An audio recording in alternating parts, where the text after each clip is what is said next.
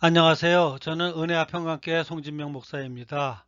오늘은 아브라함의 선택이라는 제목으로 여러분에게 말씀을 전할까 합니다. 성경 본문은 창세기 13, 14장입니다. 가나안 땅에 기근이 오자 아직 믿음이 없는 아브라함은 애굽으로 내려갑니다. 그곳에서 아름다운 사레가 애굽왕의 마음에 들어 애굽왕이 아브라함에게 많은 가축과 노비를 주며 사레를 데리고 갑니다. 이제는 모든 것이 끝나야 하는 상황이었습니다. 그 순간 하나님께서 바로의 집에 큰 재앙을 내리십니다. 그래서 바로는 사레를 다시 아브라함에게 돌려줍니다. 그들은 다시 가나안 땅으로 올라갑니다. 그리고 그곳에서 가축이 너무 많아 조카 롯과 함께 동거하기에는 가축이 너무 많고 목자들이 먹이로 빈번히 다투자 아브라함이 롯에게 서로 헤어지자고 이야기합니다. 그리고 롯에게 먼저 선택권을 줍니다.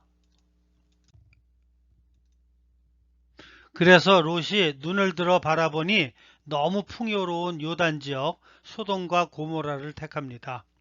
그리고 아브라함은 결과적으로 하나님께서 주시겠다고 한 가나안 땅에 남게 됩니다.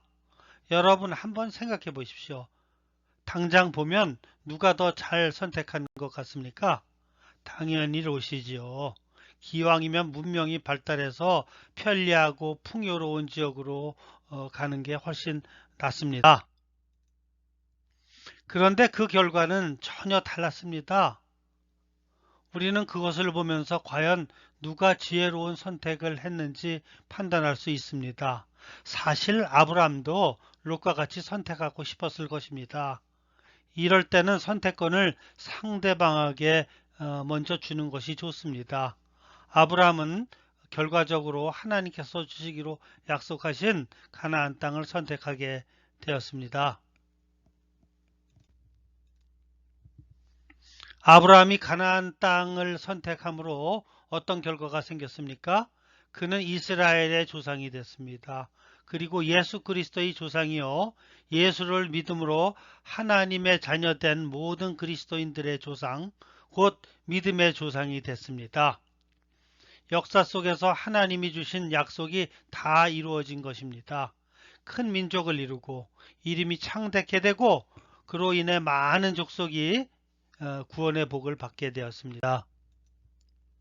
뿐만 아니라 아브라함의 생애 과정 속에서도 많은 축복을 받았습니다.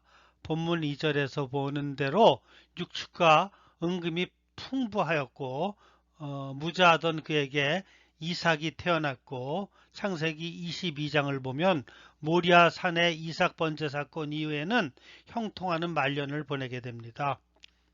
창세기 24장 1절에 아브라함이 나이 많아 늙었고 여호와께서 그의 범사에 복을 주셨더라.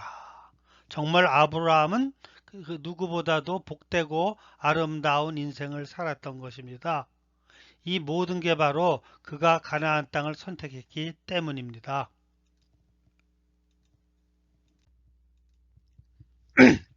한편 롯은 소돔성을 선택함으로 어떤 결과를 얻게 됩니까?